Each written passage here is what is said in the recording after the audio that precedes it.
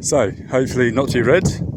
I've geared up in the airport, and I guess this video is, if anyone chances upon it, for those that are interested in specifically Khasab, spelt with a K, Oman Air, and maybe the general kind of traversing of a part of this peninsula. But I'll start with the Oman Air. I got a promo ticket, but directly through their website, actually, off of Skyscanner. So not through like a third party like My Trip or Trip.com or anything like that. And it was Muscat to, obviously, Khasab, 35 English pounds. You can, as of this year, actually collect Avios points on your Oman Air. So that's BA and Iberia and the Irish one that I always forget the name of. And yeah, 35 quid, pretty good deal. That only includes a 7 kilo bag, mind you, which is becoming the norm in the Gulf states, even with airlines like Etihad. And so when you check in, and I don't know the exact check-in time, but I think I did it 48 hours before, and that's the kind of usual time frame for kind of being able to log in. You get a gamble option, and this has become quite popular, where you can opt to bid for an upgrade, i.e. to business class. And I always just assume, I've never done it before, because I just assume, well, you know, I'm not really into that kind of stuff. I can always get discounted lounges, and the lounge is the only kind of benefit for me of an upgrade. And if I can get it for 20 quid through so many other apps, it kind of seems a bit pointless. However, the business class minimum bid was 30 Omani, which is 59 English pounds, right? And you could probably get a bit of cash back on that as well if you've got some kind of, I don't know, some banking cashback thing going on, like your 2% back with Chase and all that kind of stuff. So I thought, fuck it, we'll put on the minimum bid, probably won't get it. And at 2:14 a.m. the day before my departure, which was originally scheduled for 7:40 a.m. but was changed to 10:40, so I could have even got a refund actually, because that was 3 hours delay or change. And yeah, it came through and said, yeah, you've won the bid. So I thought, oh, that's brilliant. And there's a little thing that says, you can access the lounge subject to availability, which makes it sound a bit kind of ominous, like, oh no, maybe the lounge isn't going to be included and I've been kind of scammed. But it was included, although I have to say the pictures look a lot better than it actually is in person. I don't think the choice was particularly great. I've been to the Abu Dhabi sort of like cheap 20 quid Revolut one many times, and I would consider the range of food they have there better, the atmosphere better, albeit much smaller, but I did expect more from a business class lounge. But it seems that the business class lounge, which is what it's called, business class, first class lounge, is actually just open to everyone. So it is a bit of a scam. It's open to like Silver Club members, and then at the same time you have the option when you check in to upgrade to a lounge, which is only 10 Omani, which is exactly 20 English pounds. It's actually a pretty good deal. So there were just lots of people in there that weren't part of the business class. I was expecting it to be a little bit more exclusive, because that's what it made it out to be. Apparently there is another lounge that you can access as well. Maybe I should have opted for that, but I didn't. The positives of all this, though, I think are quite substantial. Now listen up. You can check in your bag officially 8 hours before the flight when you upgrade to business class. I checked my bag in 12 hours before. In addition to that, which by the way enables you literally just to drop your bag off and have a whole day out in the city without your luggage, so you don't have to pay for accommodation. And the cheapest accommodation you're going to find of any standard is about a tenner anyway, which is a hostel in Muscat. But a mid-range hotel is going to set you back about 25 to 30 quid absolute base minimum. So that's really good. You're not having to hog your bag around. You could literally go into the airport 12 hours before, which is essentially what I did. I arrived at almost midnight, and just went straight in. And they have their own quite sizable little lounge area for business class check-ins, and you can sleep there. They're like circular booths, so sort of like how shall I put it? Sort of like walled little. Some are ovals, some are completely circular, and then there are chairs within that, all around the edge of the the walling, but it was completely empty, and no business class traveller generally is going to go and sit there. Most people just check in straight after, as you're entitled to do. So, and pass security and then go and be around the shops and sort of, I was standing next to a guy who was literally just buying £1,000 watch. So I was kind of walking through to the lounge after check-in. But I stayed actually in the, and this is another important factor. So the first thing, as I said, you can check in 12 hours. You can literally just go back straight into the city and muck around, do whatever you want. Taxis are so cheap. They've got Yango, which is basically Yandex, used to be O-Taxi, same principle as Uber. And you can have the whole kind of night in the city. So if you check in at like 10 p.m. and you've got as I had, a 10 a.m. flight, you can just stay up all night, explore the beach. Muscat and a lot of Arab Gulf countries in general are very nocturnal. And the second thing is that the lounge, when you Google stuff, of course, whether it's ChatGPT or Perplexity, it's all nonsense. It's just so inaccurate. It says rightly that business class passengers get longer in the lounge, but it says something like you only get 4 hours or something, or 3 hours, and that people on the silver tier or the economy kind of upgrade purchase of 10 Omani, £20 get 2 hours, something like that. When I went up to the counter, I had already spent from 12 till I think almost 4 a.m. chilling in that space that I just described, pre-security, thinking that there's no point in wasting time post-security when I'm not going to have this kind of little exclusive space because I only get X amount of hours in the lounge. I go up there and I asked the guy, can I start my 3 hours now? It's not 3 hours exactly before the flight. He says, oh no, business class passengers, it's just basically unlimited. It's only 2 to 3 hours for the upgrades, as I stated. So I could have literally just spent 12 hours in the lounge eating all the free food and drinking all the free alcohol. I don't drink alcohol at the moment, so I wasn't drinking booze, but I was certainly filling myself up.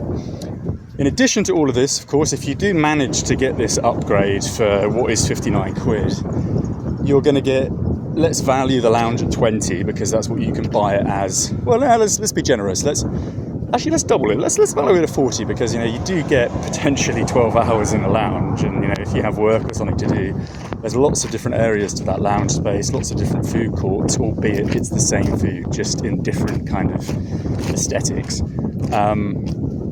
It could be quite useful for someone, and it's a goddamn sight higher in standard than a hotel that you'll get for the same price, and you won't get all that food and drink included, of course. So let's say it's 40, which is double the regular 2 to 3 hour stint that you can just buy straight from the desk.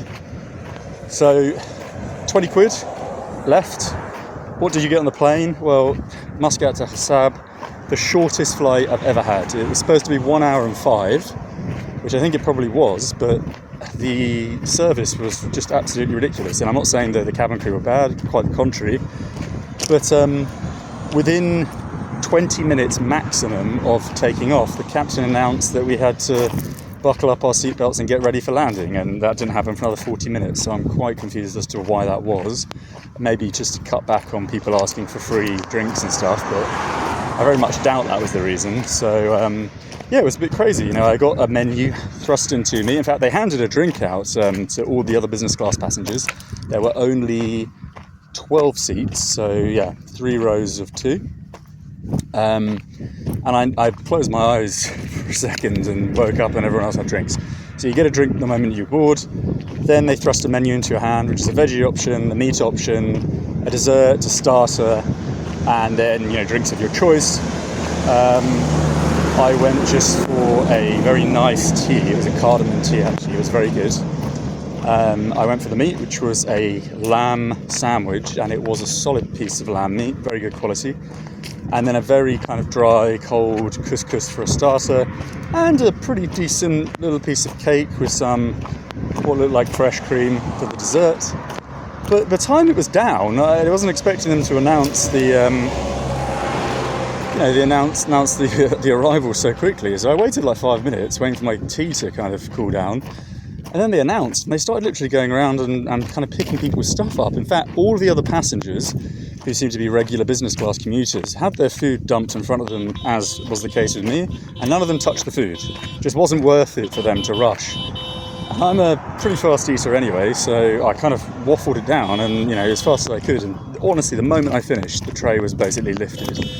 So I didn't really have time to enjoy any of the food. What do I value the food at? Well, honestly, with that speed, maybe £6 maximum. The chair itself was a kind of standard first sort of business class hybrid seat. It was decent. It wasn't bad at all. You could have put the seats back, but again, we're talking about specifically a 1 hour route between Muscat and Khasab. I don't know what the minimum prices will start for the upgrade bids on a longer haul flight or a longer short haul flight, and whether it's different for international, because this is a domestic route, of course. And there was one other thing, the air miles, yes. So I don't know how many miles I'm going to get, but obviously it's business class, so it should be worth a fair bit more. And the difference with Avios and, of course, most miles clubs, and I'm by no means an expert, but you can spend Avios on things like Sainsbury's, for example. You can transfer it to Nectar, I believe. You can use it for more everyday purchases, albeit you don't get to maximise the bonus as much. You lose a little bit if you kind of transfer it into everyday kind of shopping, as opposed to just using it on flights or flight editions. But I think when I calculate it all, it basically works out at no loss. If you haven't flown first class before and you want just the experience, that's sort of like I wanted the experience of Oman Air business, just to see what it was like. £60, is it worth trying it on? Yes, especially because I had kind of an early-ish morning flight. It was originally 7:40, and I did plan to go to the airport and just kind of do some laptop stuff and have free food and drink.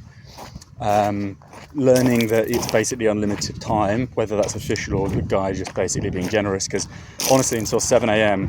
there was no one in there. It was completely empty, and of course all the food hadn't been prepared yet, so it was really just snacks. But obviously comfortable environments. And then of course you've got the luggage. You can take 2 7-kilo carry-ons, and I believe you get one you get a check-in baggage weight allowance of over 40 keys, though each bag has a maximum of 32. So when you calculate all of that, I think it's certainly not a loss. It's either an even Stevens, depending on your circumstances, or it's a slight gain, but certainly not a loss. So that's my review of the Oman Air flight. And now we're going into, we're going to do a hike. It's supposed to be, if you wanted to walk all the way to the Emirati border, it's United Arab Emirates, from Khasab airport, it's 47 kilometres, though with quite a bit of uphill. So I imagine in 2 days you could comfortably walk the whole thing. It's very difficult to traverse some of the mountains, as you can see here. I thought on the map I would sort of just hike over the mountains through some of the passes that I thought I saw on satellite. And there were some passes, but I'm told that it's illegal. And I wouldn't have done them anyway because they look super dangerous. But I'm told that you can't actually hike anywhere. There's only a very small number of places that you're permitted to do hiking, which I assume are particular trails, which are likely on the other side, or wherever there's a road. I don't know how that's enforced, whether they particularly care or not, but yeah, they look quite steep and quite horrific actually, so it's certainly not something you do at dusk or when the light is mediocre. But yeah, my plan is I've got 3 nights here, 10th, 11th, 12th, and yeah, I'm just going to take it slow. I have, pretty much no solid plans. I've marked a few places for the tent, so I'll be camping, and I think camping is very accepted in Oman in general, especially in this area. So there's no issue there. There's actually official sort of camping grounds and spots on some of the larger beaches.